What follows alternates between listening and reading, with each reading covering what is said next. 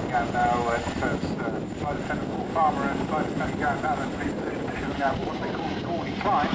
Named, of course, after the base in Bosnia where the Chinook demonstrated huge excessive power compared to other helicopters. We're going to follow this with a 720-degree corkscrew down of around 1,000.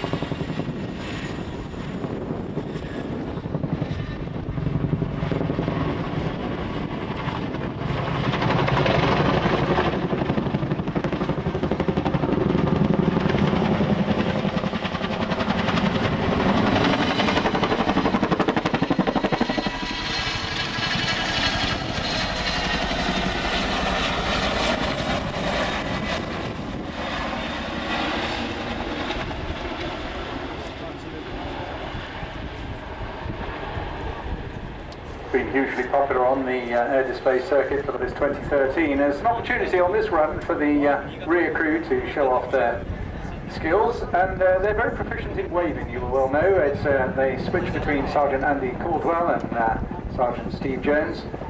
And you see as Paul flips around the rear end and the cargo door opens at the back there, you'll see the very large fluorescent hand. Good opportunity to give the crew a wave as they practice here for a full weekend's flight.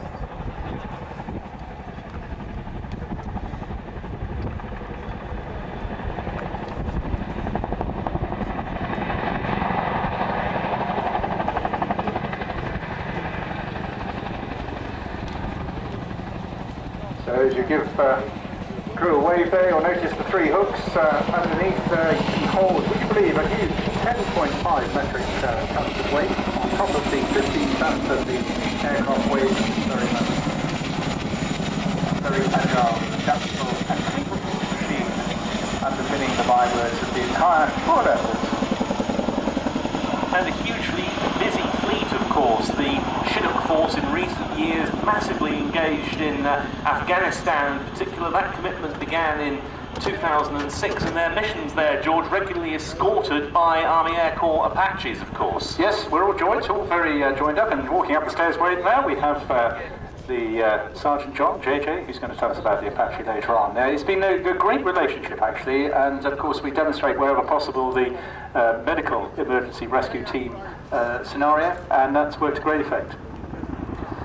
And it's a growing fleet as well. Our Chinook force, the upgraded Chinook HC-4, started its service in Afghanistan in November last year, 6 months or so after its introduction, and the first new build Chinook HC-6s are scheduled to arrive, I believe, later this year. That's right, they get more Chinooks whilst the Navy gets their numbers. A fair deal, I reckon.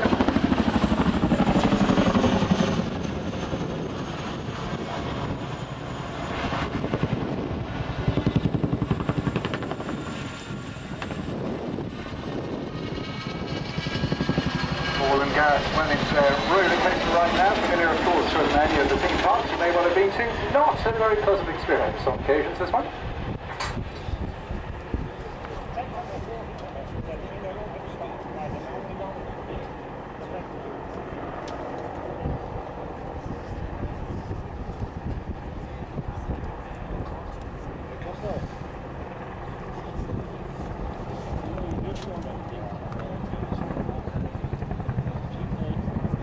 We were talking about agility early on, worth keeping your eyes peeled very shortly because Paul will be repositioning for a landing after he completes a few more roller coasters.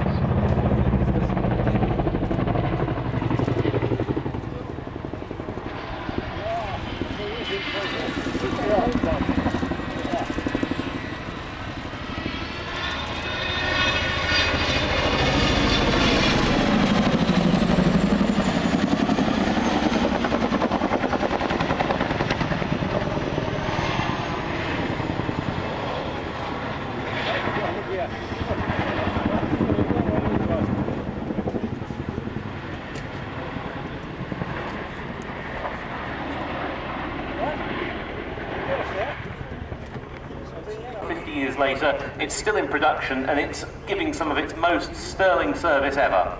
Yes, absolutely right, Ben. A quite extraordinary series of anniversaries we're celebrating. Of course, we're in the 60th year of the Sea King as well this year. More about that when we get the opportunity. So here we go. I warned you off now. Worth keeping your eyes peeled because Paul now repositioning this for a running landing. He'll then come to a halt.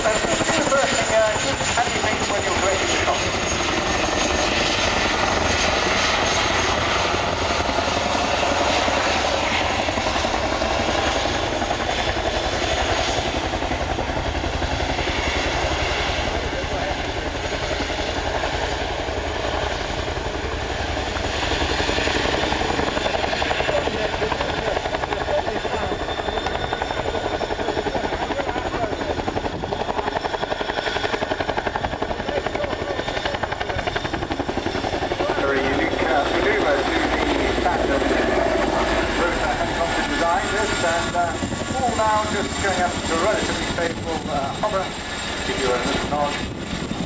That's primarily good practice for tomorrow's 80,000, 90,000 people to be here differently ways. But thank you very much indeed. Always a mixture of the group is made up of 18 and 27 spots more or less.